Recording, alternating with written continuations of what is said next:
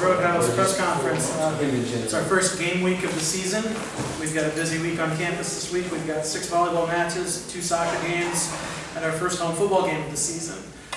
This coming Thursday, we've got a split men's and women's soccer doubleheader. The women take the field at 12 o'clock against Colorado Mesa at home, and the men are back later in the night against Colorado Christian at 7 o'clock.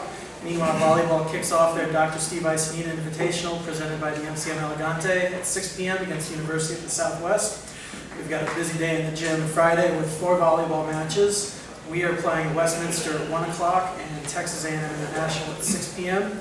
Men's and women's cross country kicks off their season on the road Friday night at West Texas A&M at 6:30 p.m. Saturday, we've got our football home opener against Wayland Baptist at Ratliff Stadium. That'll be at 6 o'clock. And Sunday, we close out the weekend with a volleyball match against Fort Lewis at noon in the gym. All right, today we're going to start off with Director of Athletics, Scott Farmer, making a quick statement.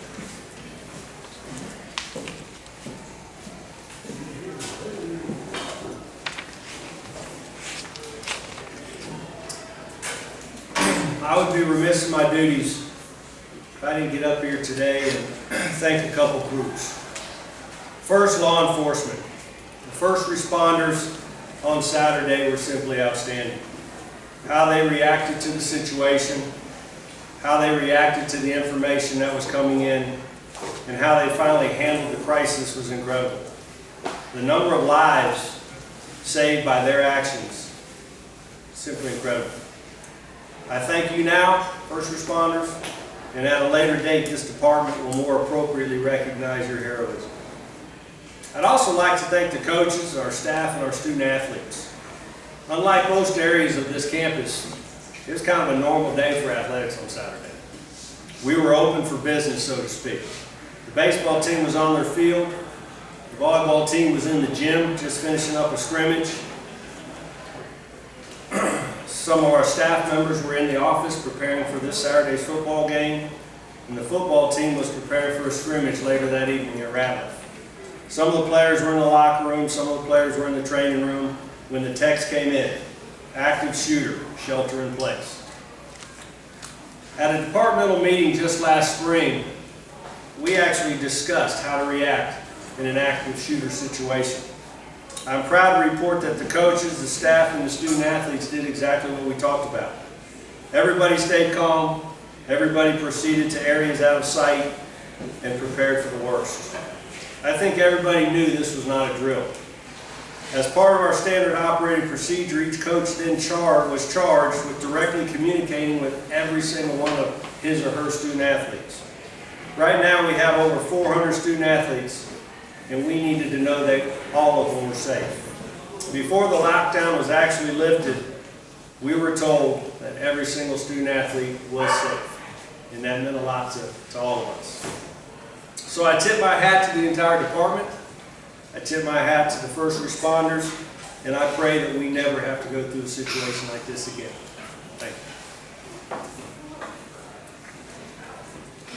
you. All right, we'll continue today with head volleyball coach Tim Lesh. The Falcons host the Dr. Steve Isenina Invitational presented by the MCM Elegante this weekend as they kick off their season.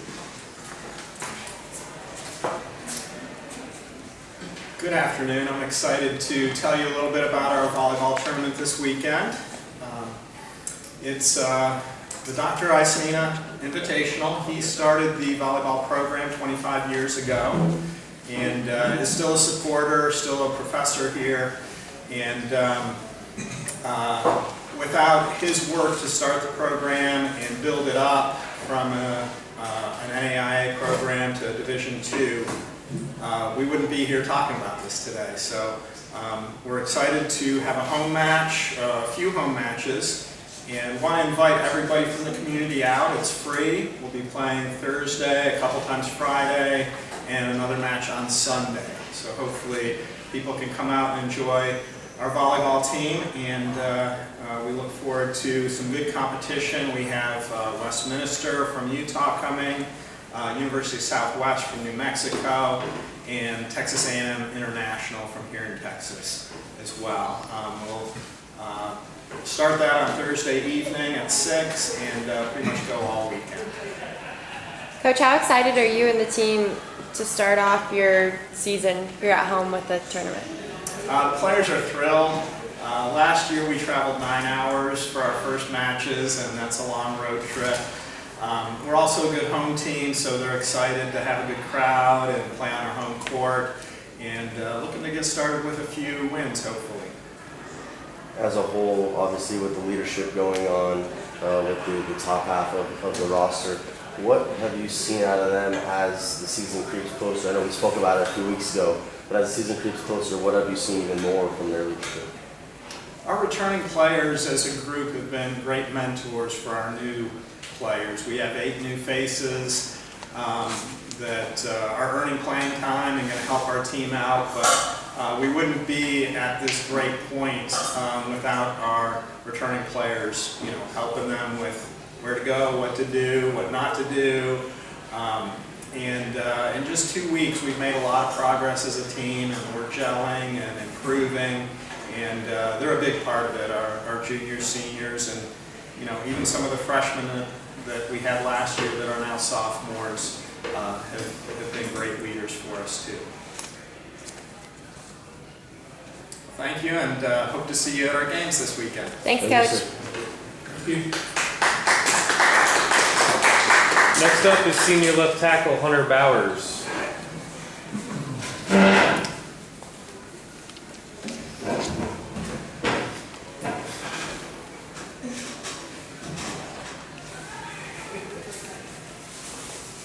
So as a whole, it's coming up. Season is coming up this weekend. So all the anticipation, all the excitement is coming down to this.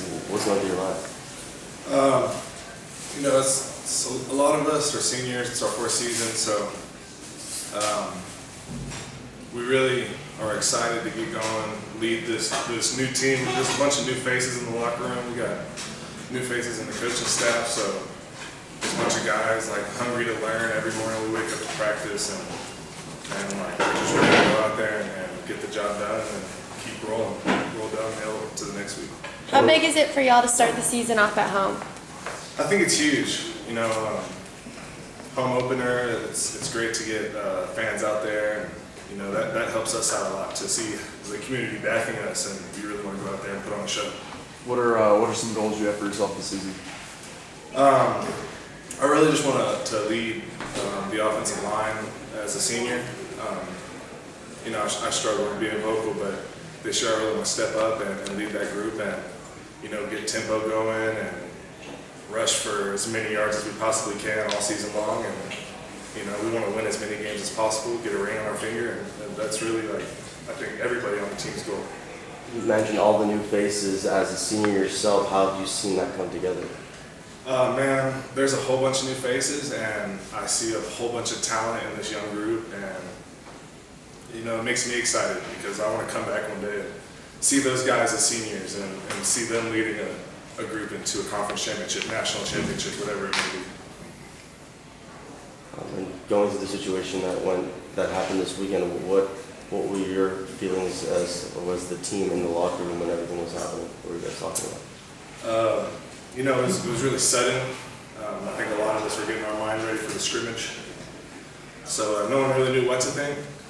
It's a tragedy. It's a terrible thing to happen, an evil act. But I think we all stayed composed. We did the best we could. It's a scary situation. Yeah. I think I speak for everybody. When I say our thoughts and prayers go out to those families and the people that were impacted by this tragic event. Thank you. Thanks, Hunter. Thank you. All right, next up is offensive line coach Victor Gill. Good afternoon. I'll just talk about the O-line real quick. In the camp, really excited about what we've done in camp and definitely established.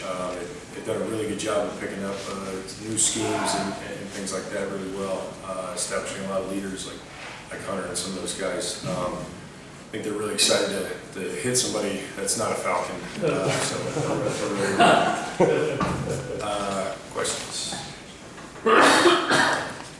Back, obviously, a lot of leadership, like we've been saying for a while with that line. So, what have you seen as far as, obviously they have to go as one unit always. How have you seen that one unit come together throughout the camp? Yeah, there's a lot of continuity is a big deal, especially up front. We've got 5 guys that have starting experience that are returning. Those guys have done a tremendous job bringing up that young talent and kind of coming together as a unit. Anything y'all are working on specifically going into Wayland Baptist this weekend? Working on a couple new schemes, just new verbiage, new things like that that they haven't done really in the past. They've done a really good job of kind of locking onto that and kind of focusing on some of those new schemes and techniques and things like that. Can you tell us what Wayland runs defensively that you've had to prepare for, either off of film or previous years? Sure. Yeah, they do a really good job. We watched a game against St. Mary's. I'd say they've improved a lot over last year. They're 4 down, 4-2-5 scheme. Got a lot of talent up front. I know they got a senior D tackle, number 33, is a really talented kid. 31, 15, the names escape me, but two linebackers that are really good, really talented group overall. Blitz a lot? They show you a lot of blitz looks? At times, yeah. At times they'll be based. It's going to be a, I have to see on Saturday. Cool. Thanks, guys. Thanks, Coach. Appreciate it. And last but not least, head football coach Justin Kerrigan. I don't know where to put him now. Right, I'm going to follow up on Scott's comments and Hunter Bowers. And, I think one thing Hunter didn't touch on is, I think a little bit close to home for him, his dad's a first responder down in Corpus Christi. So he's kind of been through some of this stuff. I know when Hurricane Harvey hit a couple years ago, that was a tough time for Hunter with his dad being out there in the midst of all of it. But I just want to give obviously a round of applause and a thank you to the first responders and those that kept everybody safe. There were some tragic events that took place, but I think the swift actions and the timely manner that it was taken care of, it definitely minimized the amount of evil act that could have been done. The campus did a great job of alerting everybody. I've gotten a lot of compliments. We had parents on campus, again, as we were preparing for a scrimmage. Some of the parents were in the dorms, in the apartments on campus when the alerts came in. Very complimentary of how swiftly the university acted and kept everybody abreast of the situation at hand. Just a tip of the hat to Dr. Woodley, those involved on campus, and obviously all the law enforcement out there that was actively working to secure that situation. Looking forward to Saturday. We didn't scrimmage this past weekend due to the events that took place, and I think that's probably good for our team as well to get a little added rest. Some of those guys, they go a little hard in practice. A guy like John O'Kelly, Chris Hode, Hunter Bowers, and I know those guys are looking forward to hitting somebody else. So probably was good for us to take a day off that we had not planned on.